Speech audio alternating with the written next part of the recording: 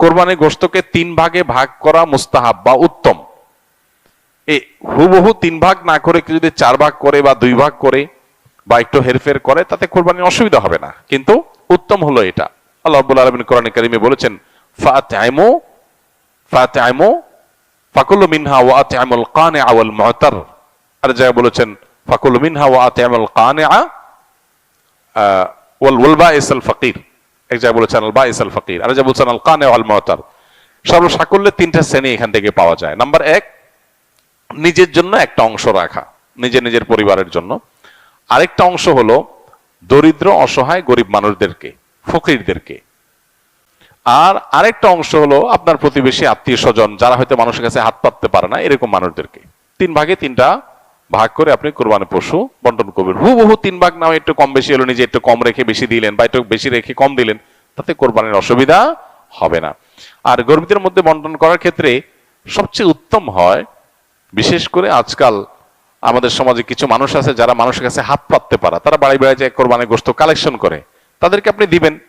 যারা চায় ভিখারি তাদেরকে ধমক দিবেন না, না দিতে পারলেও।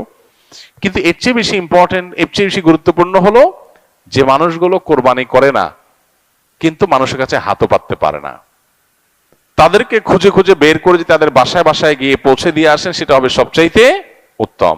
শহরে গ্রামে বিভিন্ন ক্ষেত্রে এরকম মানুষ পাবেন, সম্ভ্রান্ত, খুব লাজুক, খুব ভদ্র ফ্যামিলি, তারা কষ্টে আছেন। বিশেষ করে অনেক মানুষ দেখতে মনে হচ্ছে ফিটফাট ভালোই আছে, কিন্তু অনেকদিন চাকরি নাই, বেচারার ব্যবসা বাণিজ্য নাই, আয় ইনকাম নাই।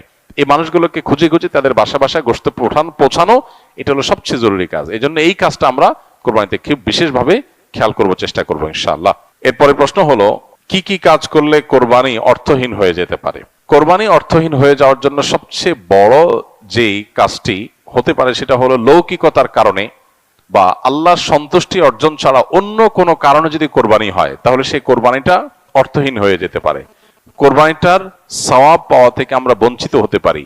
আল্লাহর কাছে এর কোনো বিনিময় আমাদের নাও থাকতে পারে যদি আমাদের ইখলাস না থাকে।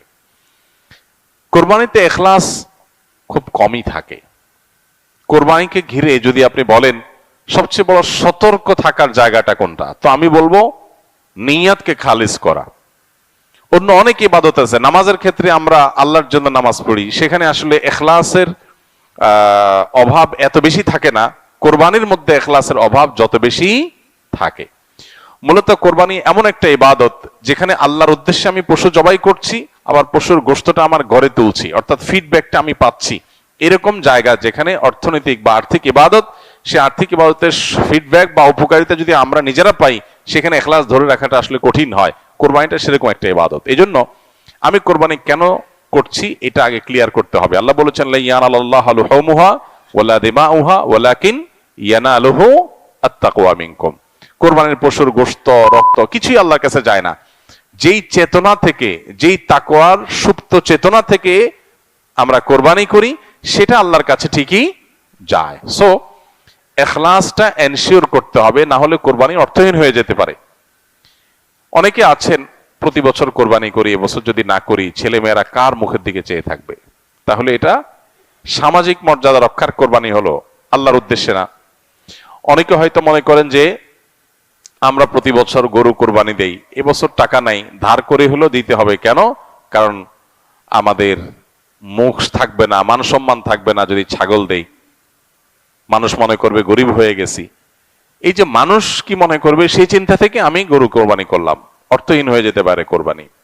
ঠিক একইভাবে নতুন আত্মীয় হয়েছে, অন্যান্যবার কোরবানি করি বা না করি, এইবার তো করতেই হবে, মেয়ে বিয়ে দিয়েছি, বিয়ের বাড়ির মেহমানরা আসবে, তারা জানবে, তো এবার কোরবানি না দিলে তো মুখ থাকে না।